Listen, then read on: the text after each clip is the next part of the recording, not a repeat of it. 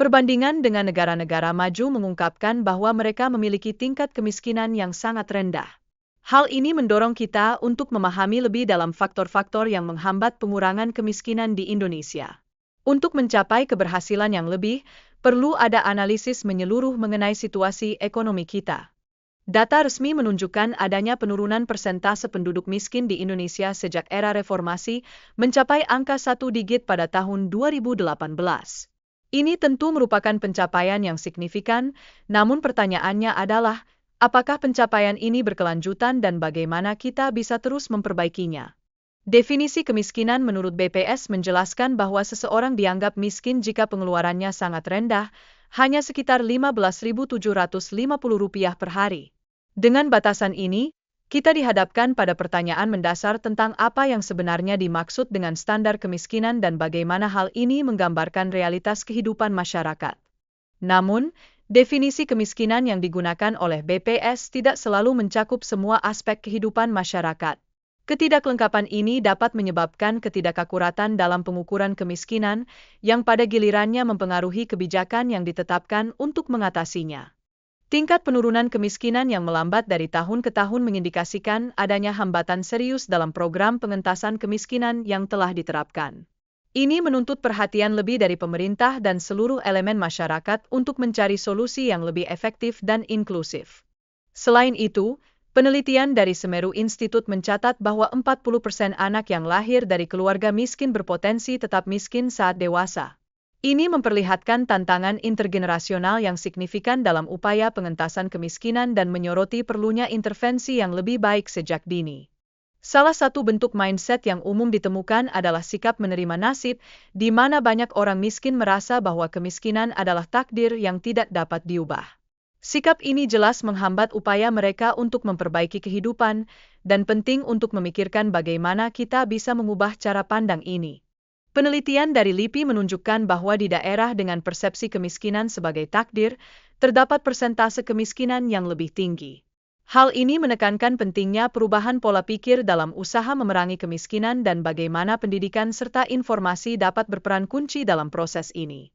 Beberapa studi juga mengungkapkan bahwa pandangan negatif terhadap uang dapat mengakibatkan isolasi sosial bagi orang-orang yang sukses secara finansial. Dengan demikian, lingkungan sosial yang tidak mendukung dapat menciptakan kendala tambahan terhadap perkembangan individu, memperburuk keadaan bagi yang berusaha keluar dari kemiskinan. Anak-anak yang tumbuh di lingkungan miskin seringkali menganggap kondisi kehidupan mereka sebagai hal yang normal. Mereka mungkin tidak menyadari pentingnya pendidikan yang lebih baik untuk masa depan mereka, dan ini menuntut kita untuk secara aktif menciptakan kesadaran akan peluang yang tersedia. Sayangnya, akses terhadap pendidikan berkualitas di daerah pedesaan sangat terbatas. Guru-guru di tempat tersebut mungkin tidak memiliki sumber daya yang sama seperti rekan-rekan mereka di perkotaan, sehingga memperparah ketidakadilan pendidikan yang sudah ada. Kondisi rumah yang tidak mendukung seringkali menjadi penghalang bagi anak-anak untuk belajar. Dalam banyak kasus, mereka terpaksa membantu orang tua mereka bekerja, yang sangat mengganggu proses pendidikan mereka dan menciptakan siklus kemiskinan yang sulit diputus. Tingginya angka putus sekolah di kalangan siswa miskin tidak terlepas dari tekanan ekonomi yang memaksa mereka untuk bekerja.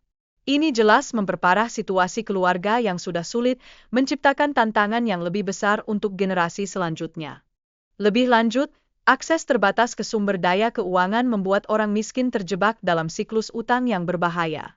Mereka kesulitan untuk mendapatkan pinjaman dengan bunga rendah, sehingga seringkali terpaksa beralih kepada rentenir yang mengenakan bunga tinggi, membuat situasi ekonomi mereka semakin rentan.